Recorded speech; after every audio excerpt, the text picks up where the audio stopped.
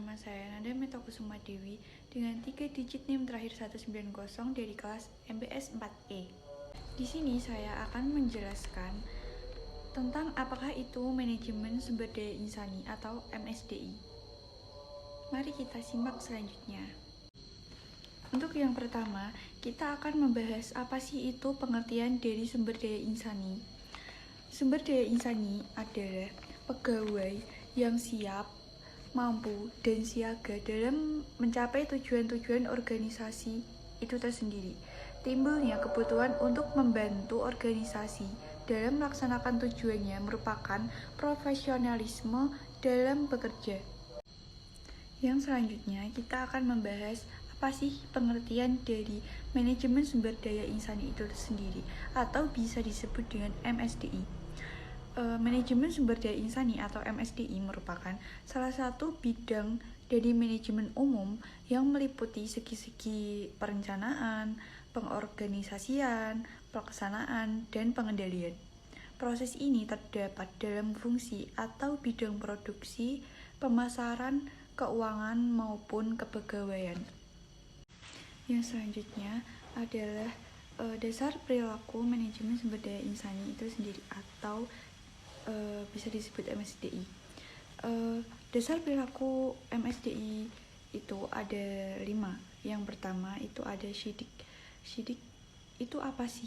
Syidik itu artinya benar dan jujur. Jadi kita harus berperilaku dengan jujur itu. Yang kedua itu ada amanah. Amanah adalah jujur atau dapat dipercaya.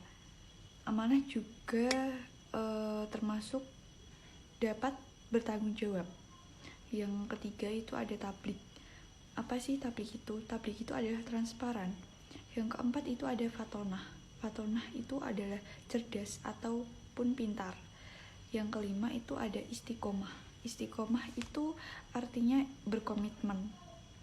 Yang selanjutnya kita akan membahas fungsi manajemen sumber daya insani itu sendiri. Yang pertama itu ada fungsi manajemen yang mencakup itu ada perencanaan atau planning. Perencanaan atau planning itu semua orang menyatakan bahwa itu adalah bagian terpenting karena itu menyita waktu banyak dalam proses memanajemen. Yang kedua itu ada pengorganisasian atau organizing. Apabila serangkai kegiatan telah disusun dalam rangkai mencari tujuan organisasi, maka untuk pelaksanaan implementasi kegiatan tersebut harus diorganisasikan. Yang ketiga itu ada pengarahan atau directing. Untuk melakukan kegiatan yang telah direncanakan agar kegiatan tersebut dalam berjalan dengan efektif, diperlukan arahan dari manajer itu sendiri. Yang keempat itu ada pengendalian atau controlling. Fungsi pengendalian untuk mengatur kegiatan agar kegiatan-kegiatan organisasi itu dapat berjalan dengan sesuai dengan rencana. Yang kedua itu ada fungsi operasional. Fungsi operasional itu ada apa sih? Yang pertama itu ada pengadaan sumber daya insani atau rekrutmen. Fungsi rekrutmen seorang manajer sumber daya insani bertujuan untuk memperoleh jenis dan dalam tenaga kerja adalah sumber daya insani yang tepat sesuai dengan kemampuan yang dibutuhkan oleh unit-unit kerja yang bersangkutan. Yang kedua itu ada pengembangan atau development. Dalam pengembangan atau development itu, tenaga adalah sumber daya insani yang telah diperoleh suatu organisasi. Perlu pengembangan sampai pada taraf tertentu sesuai dengan pengembangan organisasi itu. Yang ketiga, itu ada kompensasi atau compensation. Kompensasi adalah merupakan fungsi manajemen yang sangat penting. Melalui fungsi itu, organ memberikan balas jasa yang memadai dan layak kepada karyawan itu sendiri. Yang keempat, itu ada integrasi atau integration. Integrasi adalah kegiatan manajemen yang bertujuan untuk rekonsiliasi kepentingan-kepentingan karyawan dalam organisasi tersebut. Yang kelima, itu ada pemeliharaan atau maintenance. Dalam pemeliharaan atau maintenance, kemampuan-kemampuan sumber daya insani yang telah dimiliki oleh suatu organisasi itu perlu dipelihara. Karena kemampuan tersebut adalah merupakan aset yang penting bagi terlaksanakan terlaksanakannya tujuan dan tugas organisasi itu. Yang keenam itu ada pemutusan hubungan kerja atau separation. Seorang karyawan tidak mungkin akan selalu bekerja pada organisasi tertentu. Pada suatu ketika, paling tidak mereka harus memutuskan hubungan kerja dengan cara pensiun. Untuk itu, tenaga kerja atau karyawan tersebut harus dikembalikan ke masyarakat itu sendiri. Yang selanjutnya, kita akan membahas tentang tujuan manajemen sumber daya insani. Tujuan manajemen sumber daya insani itu yang pertama itu ada tujuan fungsional. Apa sih tujuan fungsional itu?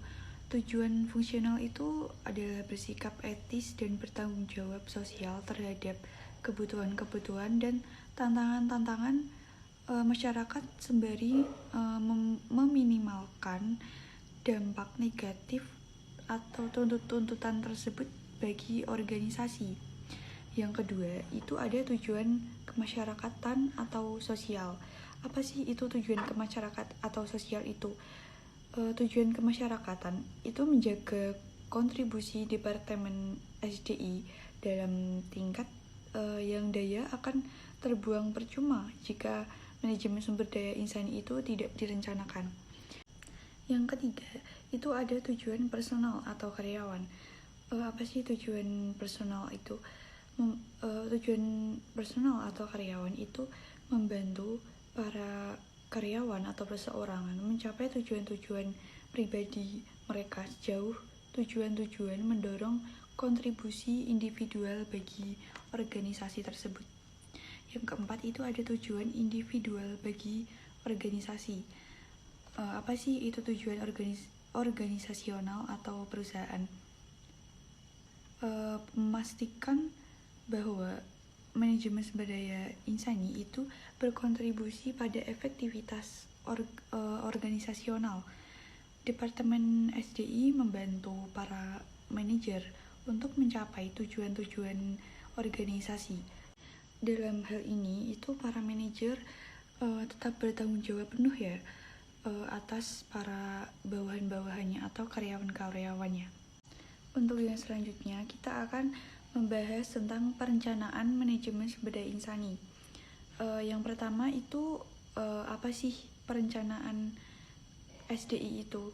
Perencanaan sumber daya insani ini adalah proses yang dilakukan para manajer untuk menjamin bahwa mereka memiliki jumlah dan jenis orang yang tepat. Yang selanjutnya ada model penyelesaian dalam sumber daya insani. Yang pertama itu ada model clerical. Model clerical itu untuk mendapatkan sebuah laporan ya. Yang kedua itu ada model hukum. Model hukum itu keahliannya di bidang hukum. Yang ketiga ada model finansial. Model finansial itu pengaruh terbesar dari sumber daya insani itu. Yang keempat itu ada model manajerial. Model manajerial itu kerangka acuan kerja manajer pada produktivitasnya. Yang kelima itu ada model humanistik, yaitu mengembangkan nilai dan potensi diri. Yang keenam itu ada model ilmu perilaku. Itu tuh seperti psikologi dan perilaku organisasi. Yang selanjutnya kita akan membahas tentang tantangan apa aja sih yang ada di perencanaan sumber daya insani itu. Yang pertama itu ada mempertahankan keunggulan kompetitif. Yang kedua itu mendukung keseluruhan strategi bisnis. Yang ketiga itu menyusun strategi yang sesuai. Yang keempat itu menanggulangi perubahan lingkungan. Yang kelima itu ada menerjemahkan strategi ke dalam tindakan. Yang keenam itu ada standar SDM yang belum ada. Terus yang ketujuh itu ada kebijakan pemburuan pemerintah.